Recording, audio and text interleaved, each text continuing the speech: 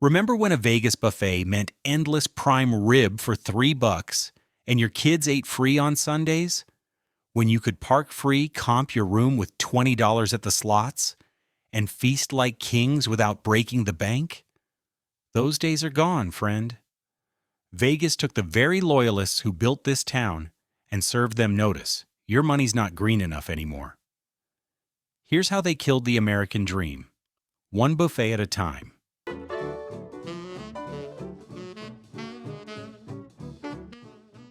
Let me take you back to 1946, when Vegas was just a dusty highway stop with big dreams. The solution? Throw out some cold cuts, a few hot dishes, and charge exactly $1 for all you could eat. They called it the Chuck Wagon, later rebranded as the Buckaroo Buffet, and advertised it would appease the howling coyote in your innards. According to historical records, the concept was developed by hotel staff, with some sources crediting publicist Herb McDonald, while the property was owned by Sanford Adler at the time. His late-night gamblers were getting hungry after the showroom closed, and he needed to keep them in the building. His solution?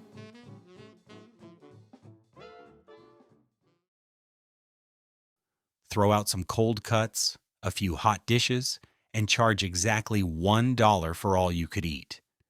He called it the Buckaroo Buffet and advertised it would appease the howling coyote in your innards. According to the Las Vegas Advisor's historical records, that $1 midnight feast became such a sensation that every casino in town copied it within months.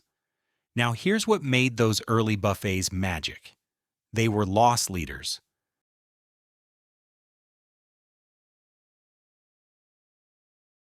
The casino didn't care if they lost money on the food because they knew you'd drop 20 times that amount at the tables afterward. The Dunes charged $1.50 for their hunt breakfast, with champagne and bagels with lox. The Silver Slippers dinner smorgasbord was just $1.98. Even the ultra-opulent spreads at Caesar's Palace topped out at $2.75. Those weren't just prices, they were promises. Promises that Vegas would take care of the little guy, that you could bring your family for a weekend and actually afford to have fun. The casino bosses understood something that today's corporate suits have forgotten. Happy customers become loyal customers, and loyal customers are what built this town. The beauty of those early buffets wasn't just the price, it was the experience. Families could actually afford to eat together. Dad could load up on roast beef while Mom tried the shrimp cocktail and the kids went wild at the dessert station. It was democracy on a plate, and everyone was invited. What did we regulars know back then that the bean counters don't understand today? That Vegas was selling dreams, not just meals. When you walked into that Silver Slipper buffet, you weren't just getting dinner. You were getting a taste of the high life at prices that made you feel like you'd already won.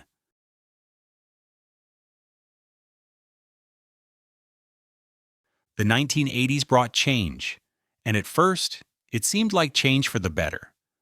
The casino operators started realizing that maybe, just maybe, they could charge a little more for a lot more food. Prices crept up to $5, then $8, then $12. But the offerings exploded in return. Then came 1993 and everything changed.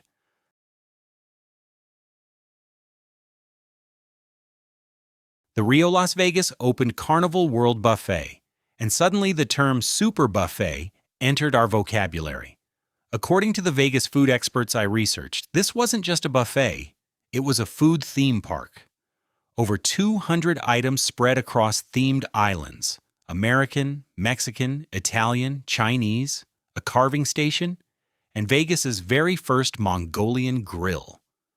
Here's where your old-school Vegas instincts were right on the money. Rio understood spectacle.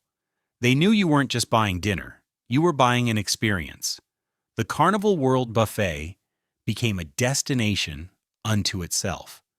People would drive from California just to eat there. The buffet line moved like a Vegas procession, and the food kept coming, like the dealers never stopped dealing. But Rio wasn't content to stop there. In the late 90s, they added the Village Seafood Buffet right next door, a separate buffet dedicated entirely to fruits of the sea: lobster, crab legs, fresh oysters, premium sushi. For about $20, you could eat like Sinatra after a good night at the tables. The real game changer came when Bellagio opened in 1998 and introduced the Gourmet Buffet concept. Steve Wynn, that master showman who understood Vegas better than anyone, decided that if he was going to charge premium prices, he'd better deliver premium food. Bellagio's buffet featured made-to-order omelets, prime rib carved to order, and desserts that looked like they belonged in a French patisserie. Other casinos couldn't let Bellagio steal the show. The Wynn opened with 16 cooking stations. Paris Las Vegas went French. Planet Hollywood went Hollywood. Every major property tried to one-up the competition. The crown jewel came in 2012 when Caesar's Palace opened Bacchanal Buffet, a $100 million temple to excess with 9 show kitchens and over 500 different dishes prepared daily. According to industry reports, this buffet set the new gold standard for what an all-you-can-eat experience could be. But here's what us veterans noticed: the prices kept climbing. $20 became $30, $30 became $50, $50 became $75.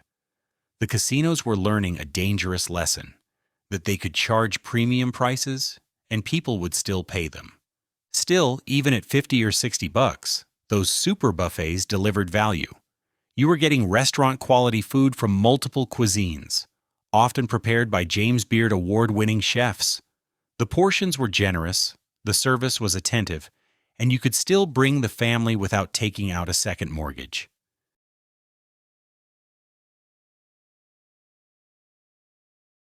Then came March 2020, and everything stopped. The global health crisis gave casinos the perfect excuse to do what they'd been wanting to do for years: close the buffets permanently. According to the Las Vegas Advisor, before the health crisis, Las Vegas had over 70 casino buffets. Today, just 12 remain open. Let that sink in.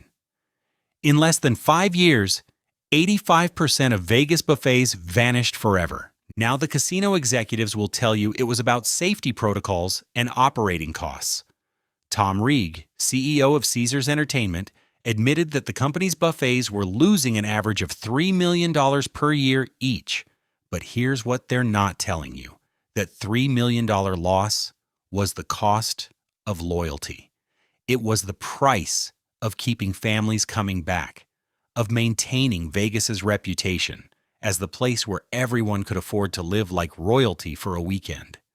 Station Casinos, the locals' favorite, announced that all their buffets would never reopen.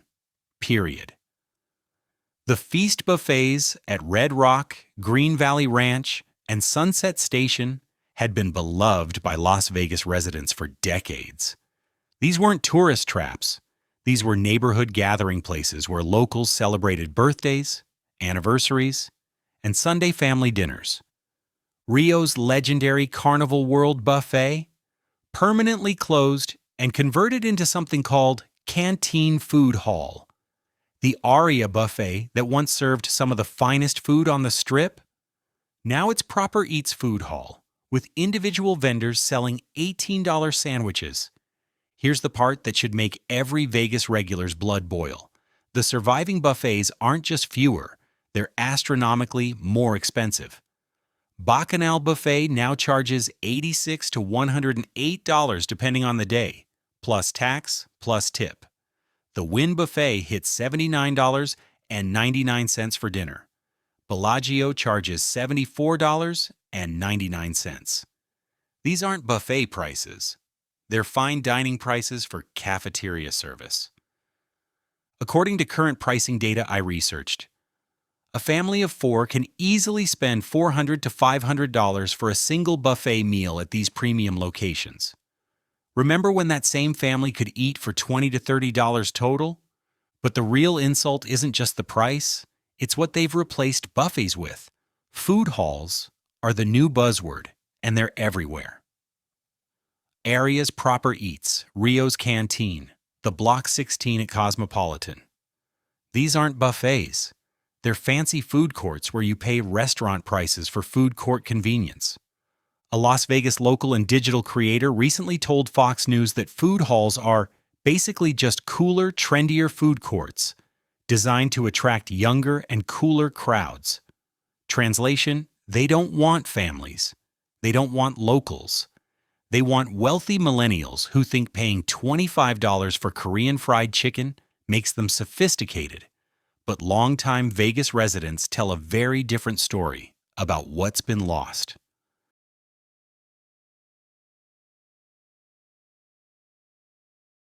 I found some heartbreaking comments from longtime Vegas residents that perfectly capture what's been lost.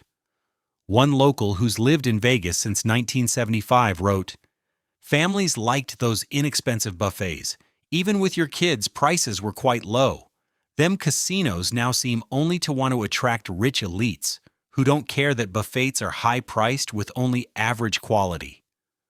Another longtime resident shared, "I used to go to Vegas 4 or 5 times a year and brought a comfortable amount for gaming.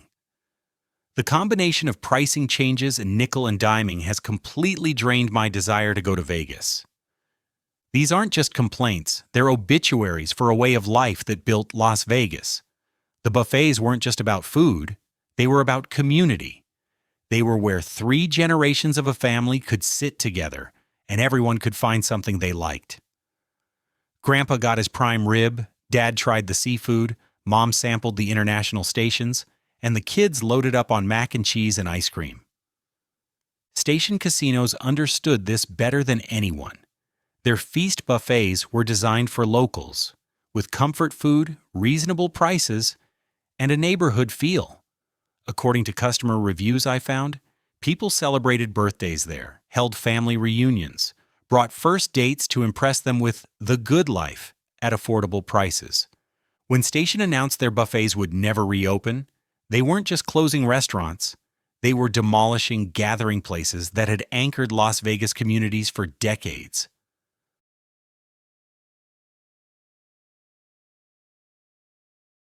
But before you lose all faith in Vegas, let me share some good news.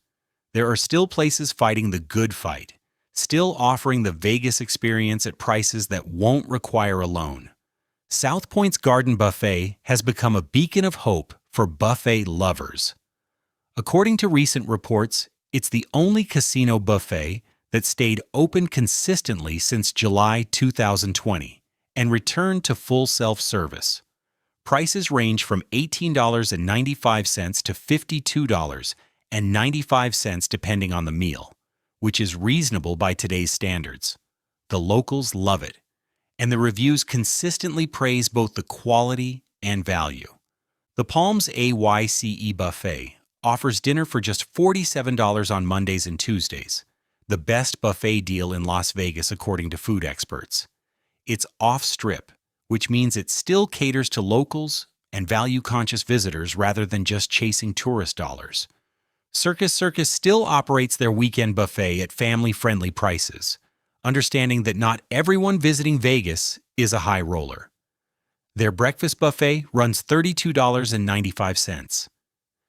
And while it's only open Friday through Sunday, it maintains that old-school Vegas spirit where families are welcome. For those willing to venture off the beaten path, smaller ethnic buffets around Las Vegas still offer authentic experiences at reasonable prices. Places like Mount Everest India's cuisine charge around $15 for lunch, buffets with exceptional quality and variety. Even some of the premium buffets occasionally offer deals that honor their history. Wynn's Brunch at $59.99 is expensive by historical standards, but reasonable for the quality you receive. Bacchanal offers a 24-hour buffet pass that lets you visit multiple Caesars properties, bringing back memories of the old buffet of buffets deals. But the reality behind these changes paints a tougher picture for Vegas regulars.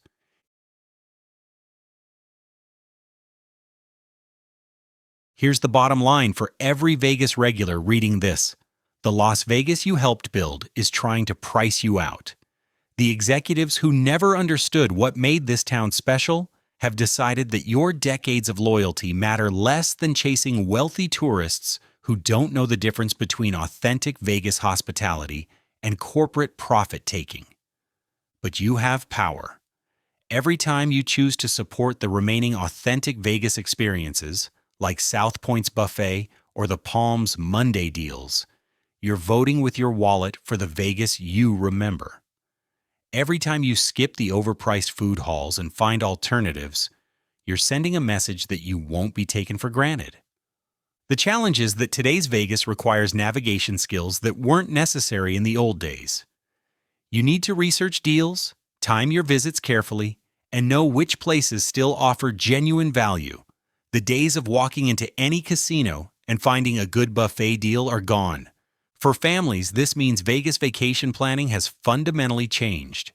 Where you once could count on affordable family dining throughout the Strip, you now need to budget carefully and seek out the remaining value options.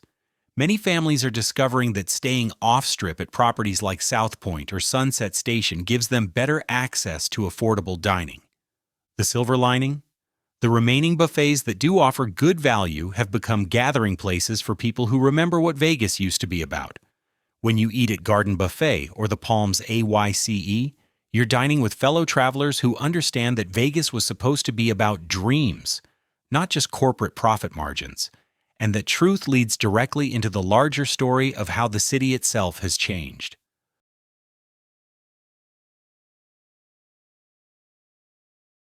The story of Vegas buffets is really the story of Las Vegas itself. How a town built on making dreams affordable for working people gradually transformed into a playground for the wealthy. But this story isn't over yet. Every comment you leave, every story you share, every time you choose value over hype, you're participating in a larger conversation about what Las Vegas should be. The casino executives are watching these trends and they respond when customers make their voices heard clearly enough. Support the places that still get it right. Celebrate the buffets that maintain quality and value. Share your experiences, both good and bad, so other Vegas regulars know where to find authentic experiences and which places have forgotten their roots. Most importantly, don't let them convince you that overpriced food halls and $400 family dinners represent progress. Progress would be maintaining the Vegas spirit that made this town great while improving quality and service. What we're seeing instead is corporate greed disguised as sophistication. The Vegas buffet story is ultimately about respect. Respect for the customers who built this industry. Respect for the traditions that made Vegas special, and respect for the idea that everyone deserves a taste of the good life, not just people with platinum credit cards. That respect is worth fighting for, one meal at a time. If this video opened your eyes to what Vegas has really become, smash that like button and subscribe for more hard truths about how Las Vegas is changing. We're building a community of Vegas regulars who refuse to accept the corporate takeover of our favorite town. Hit that notification bell so you never miss an update on the battle for the soul of Las Vegas. What's your Vegas buffet story? Share it in the comments below and let's raise awareness together about what we've lost and what we're fighting to save.